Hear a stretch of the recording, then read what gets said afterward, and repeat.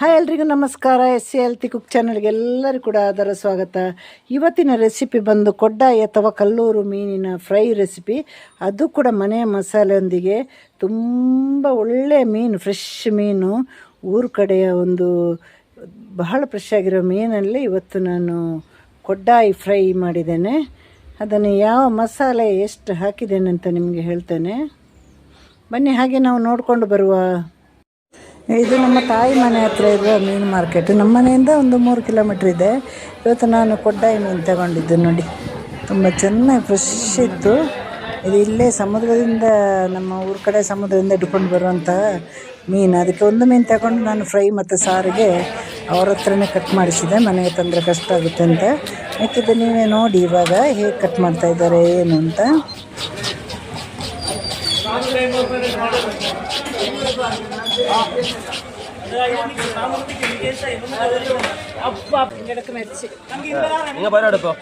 ಸುಭಾಷ್ ನಗರ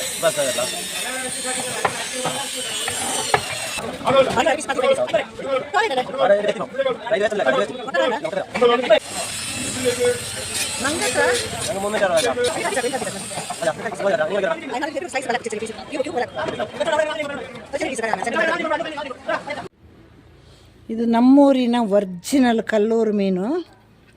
ಇದು ನೋಡಿ, ತುಳು ಭಾಷೆಯಲ್ಲಿ ಕೊಡ್ಡಾಯಿ ಅಂತ ಕೂಡ ಹೇಳ್ತಾರೆ. ಈಗೆಲ್ಲ ರೇಟ್ ಜಾಸ್ತಿ ಇದೆ. ಸಮುದ್ರದ ಮೀನಿದು. ಇದೀಗ ನಾನು ಒಂದು ದೊಡ್ಡ ಮೀನು ತಗೊಂಡು ಅರ್ಧ ಸಾರು ಅರ್ಧ ಫ್ರೈ ಮಾಡುವ ಅಂತ ಇದನ್ನಲ್ಲೇ ಕಟ್ ಮಾಡಿಸ್ಕೊಂಡು ಬಂದೆ. ಈ ಒಂದು ದೊಡ್ಡ ಮೀನನ್ನು ತೆಗೆದು ಕಟ್ ಮಾಡಿಸಿ ಒಂದು 10 ಪೀಸನ್ನು ನಾವು ಫ್ರೈಗೆ ಇಟ್ಟಿದ್ದು. ಕೊಡ್ಡಾಯಿ ಮೀನು ನಾನು ಆಗಲೇ ಹೇಳಿದಾಗೆ. ಈಗ ಮೀನು ಫ್ರೈ ಮಸಾಲೆಗೆ ಇದಿಷ್ಟು ಗುಂಟೂರು ಮೆಣಸಿನಕಾಯಿ, ಗೊತ್ತಲ್ಲ ಊರಿನ ಮೆಣಸಿನಕಾಯಿ ಹೇಗಿದೆ ನೋಡಿ, ಇದಿಷ್ಟು ಬ್ಯಾಡಾಗಿ ಇದನ್ನು ಈಗ ಹುರಿದಾಗಿದೆ. ಸ್ವಲ್ಪ ಎಣ್ಣೆ ಹಾಕಿ ಹುರಿದಿಟ್ಟಿದ್ದೇವೆ. ಇದನ್ನೊಂದು 5ರಿಂದ 10 ನಿಮಿಷ ಬಿಸಿನೀರಲ್ಲಿ ಹಾಕಿಡುವ, ಸ್ಮೂತ್ ಬರಲಿಕ್ಕೋಸ್ಕರ. ಇಲ್ಲಿ ನಾವು ಕೂಡ ಪುಡಿ ಬಳಸೋದು ಬಹಳ ಕಡಿಮೆ. ಈಗ ಒಂದು 10 ನಿಮಿಷ ಇದನ್ನು ನಾವು ನೀರಲ್ಲಿ ಹಾಕಿಡುವ, ಬಿಸಿ ನೀರಲ್ಲಿ. ಈಗ ಧನಿಯಾ ಬೀಜ ಬೇಕಂದ್ರೆ ಹಾಕ್ಬೋದು, ಆದರೆ ಫ್ರೈ ಮಾಡೋದಕ್ಕೆ ಸಾಮಾನ್ಯವಾಗಿ ಹಾಕೋದಿಲ್ಲ ಯಾರು. ಇಷ್ಟೇ, ಮುಳುಗುವಷ್ಟು ನೀರು ಸಾಕು. ಒಂದು 10 ನಿಮಿಷ ಹೀಗೆ ಇರಲಿ.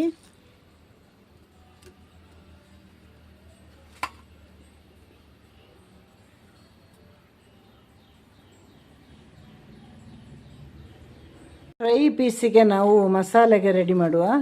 ಬರೀ ಮೆಣಸಿನಕಾಯಿ ಮತ್ತು ಇದಕ್ಕೆ ಸ್ವಲ್ಪ ನೀರು ಹಾಕಿ ಫೈನ್ ಪೇಸ್ಟ್ ಮಾಡಬೇಕು. ಮತ್ತು ಅದಕ್ಕೆ ಬೇಕಾಗಿರುವ ಉಪ್ಪು, ಅರಿಶಿನ ಪುಡಿ, ನಿಂಬೆ ರಸ ಎಲ್ಲ ಮತ್ತೆ ಹಾಕುವ. ಇದು ನೋಡಿ, ಒಳ್ಳೆ ಪೇಸ್ಟ್ ಆಗಬೇಕು. ಈಗ ಬಿಸಿನೀರೆಲ್ಲ ಹಾಕಿ ತೆಗೆದಿದ್ದು ನಿಮಗೆಲ್ಲರಿಗೂ ಗೊತ್ತಲ್ಲ.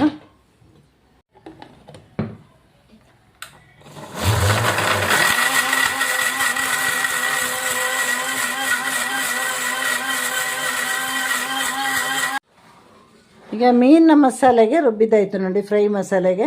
ಇನ್ನು ಇದಕ್ಕೆ ಏನೆಲ್ಲ ಹಾಕಬೇಕು ಅಂತ ಹೇಳಿಕೊಡ್ತೇನೆ ನಾನು.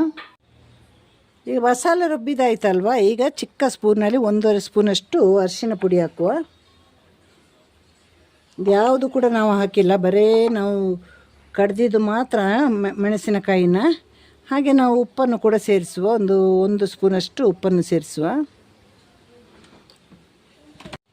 ಹಾಗೆ ಒಂದು ಅರ್ಧದಿಂದ 3/4 ಸ್ಪೂನಷ್ಟು ನಿಂಬೆಹಣ್ಣು ಸೇರಿಸುವ, ನಿಂಬೆಹಣ್ಣಿನ ರಸ ಸೇರಿಸುವ.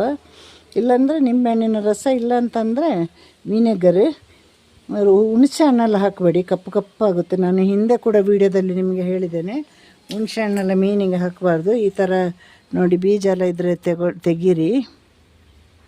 ನಮ್ಮ ಇಲ್ಲೆಲ್ಲ ನಿಂಬೆಹಣ್ಣು ಸ್ಕ್ವೀಸ್ ಮಾಡೋದಿಲ್ಲ, ಹಾಗಾಗಿ ನಾನು ಕೈಯಲ್ಲೇ ಮಾಡಿದೆ. ಊರಲ್ಲೆಲ್ಲ ಅದೆಲ್ಲ ತಂದಿಡೋದಿಲ್ಲಲ್ಲ ಸಾಮಾನ್ಯವಾಗಿ. ಈಗ ಇದನ್ನು ಚೆನ್ನಾಗಿ ಮಿಕ್ಸ್ ಮಾಡಬೇಕು. ಈ ಥರ ಸೂಪರಾಗಿ ಮಿಕ್ಸ್ ಮಾಡಬೇಕು. ಅಲ್ಲಲ್ಲಿ ಬಾಕಿ ಆಗಬಾರ್ದು. ಉಪ್ಪು, ಅರಿಶಿನ, ನಿಂಬೆಹಣ್ಣು ರಸ ಯಾವುದು ಕೂಡ ಬಾಕಿ ಆಗದಾಗೆ ಚೆಂದವಾಗಿ ಮಿಕ್ಸ್ ಮಾಡಿ. ಹಾಗೆ 1-2 ನಿಮಿಷ ಆಗಿ ಬಿಡಿ. ಇನ್ನು ಈ ಥರ ಮಿಕ್ಸ್ ಮಾಡಿ ಒಂದು ಮಿನಿಮಮ್ 1/4 ಗಂಟೆಯಿಂದ 1 ಅವರ್ ಆದರೂ ಇಡಬೇಕು. ಇದು ಸ್ವಲ್ಪ ದೊಡ್ಡದಿತ್ತು ಮೀನು, ನಾವು ಫ್ರೈ ಪೀಸಿಗೆ ಈ ಥರ ಕಟ್ ಮಾಡ್ಕೊಂಡು ಬಂದಿರೋದು. ಇದರ ಚೆನ್ನಾಗಿ ನೋಡಿ ಮಸಾಲೆ ಫುಲ್ ಎಲ್ಲದಕ್ಕೂ ತಾಗುವಾಗೆ ಮಿಕ್ಸ್ ಮಾಡಬೇಕು. ತುಂಬ ಟೇಸ್ಟಿ ಮೀನು. ಮತ್ತು ಈ ಮೀನನ್ನ ಇನ್ನೊಂದು ವಿಶೇಷ ಏನಂದರೆ ಎಂಥ ಕಾಯಿಲೆ ಅವರು ಕೂಡ ಈ ಮೀನನ್ನು ತಿನ್ಬೋದು. ಕೆಲವು ಮೀನನ್ನೆಲ್ಲ ಈಗ ಏನು ಹೇಳೋದು, ಮಂಜೂರ ಮತ್ತು ಸಿಗಡಿ, ಬಂಗುಡೆ ಇದೆಲ್ಲ ಏನಾದರೂ ಕಾಯಿಲೆ ಎಲ್ಲ ಇರೋರು ತಿನ್ನಬಾರ್ದು ಆ ಮೀನು. ಆದರೆ ಈ ಮೀನು ಹಾಗಲ್ಲ, ಏನೇ ಕಾಯಿಲೆ ಇರೋರು ಕೂಡ ಈ ಮೀನನ್ನು ತಿನ್ಬೋದು. ಫ್ರೈ ಮಾಡೋದಕ್ಕಿಂತ ಸಾರು ಮಾಡಿ ತಿಂದರೆ ಇನ್ನಷ್ಟು ಒಳ್ಳೆಯದು. ನಮ್ಮ ಫ್ರೈ ಮೀನಿಗೆ ಮಿಕ್ಸ್ ಮಾಡಿದ್ದು ಆಯಿತು. ಈಗ ನಾನು ಇಲ್ಲಿ ಇವತ್ತು 1 ಅವರ್ ಹೀಗೆ ಇಡ್ತೇನೆ, ಚೆನ್ನಾಗಿ ಅದು ಉಪ್ಪೆಲ್ಲ ಚೆನ್ನಾಗಿ ಎಳೀಲಿ.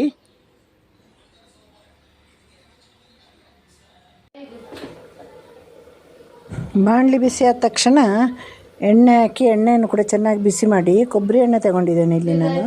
ನೋಡಿ, ಹೀಗೆ ಒಂದೊಂದು ಪೀಸನ್ನೇ ಹೀಗೆ ಹಾಕಬೇಕು.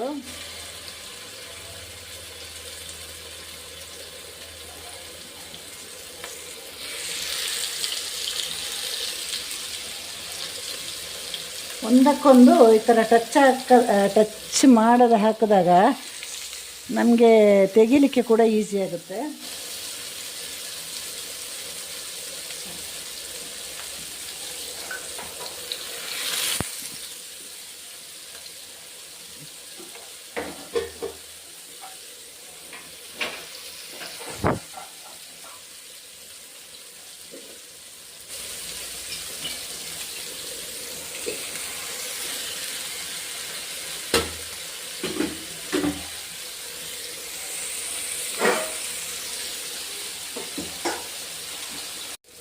ಈಗ ಇದನ್ನು ನಿಧಾನ ಮಗುಚಿ ಹಾಕುವ.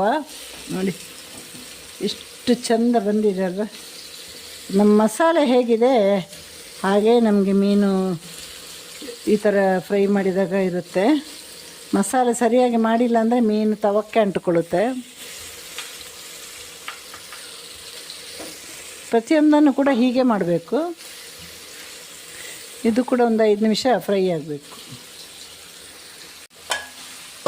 ಒಂದು ಕಡೆ ಚೆನ್ನಾಗಿ ಫ್ರೈ ಆಗಿದೆ, ಇನ್ನೊಂದು ಕಡೆ ಕೂಡ ಹಾಗೆ ಫ್ರೈ ಆಗಲಿ. ಥರ ಮೀಡಿಯಮ್ ಫ್ಲೇಮಲ್ಲಿ ಇಟ್ಕೊಂಡೆ ಫ್ರೈ ಮಾಡಿ, ಆಗ ಮೀನು ಸೀದು ಹೋಗೋದಿಲ್ಲ, ಚೆನ್ನಾಗಿ ಒಳಭಾಗ ಎಲ್ಲ ಫ್ರೈ ಆಗುತ್ತೆ. ಒಂದು 5 ನಿಮಿಷ ಈ ಥರ 2 ಕಡೆಯೂ ಫ್ರೈ ಮಾಡಿದರೆ ಸಾಕು.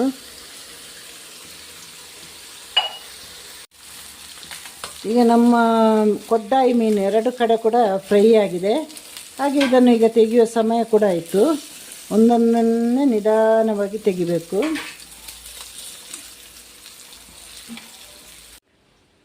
ಈಗ ಫ್ರೈ ಮಾಡಿರುವ ಕಲ್ಲೂರು ಅಥವಾ ಕೊಡ್ಡಾಯಿ ಮೀನು ರೆಡಿಯಾಗಿದೆ. ನೋಡಿ, ಸೂಪರಾಗಿ ಫ್ರೈ ಬಂದಿದೆ. ಎಮ್ಮಿ ಫ್ರೈ. ಎಲ್ಲರೂ ಕೂಡ ಮನೇಲಿ ಹೀಗೆ ಮಾಡಿ, ಎಲ್ಲರಿಗೂ ಕೂಡ ಮಕ್ಕಳಿಂದ ಹಿಡಿದು ಕಾಯಿಲೆ ಇರುವವರಿಗೆ ಎಲ್ರಿಗೂ ತಿನ್ಬೋದಾದಂಥ ಒಳ್ಳೆಯ ಮೀನು.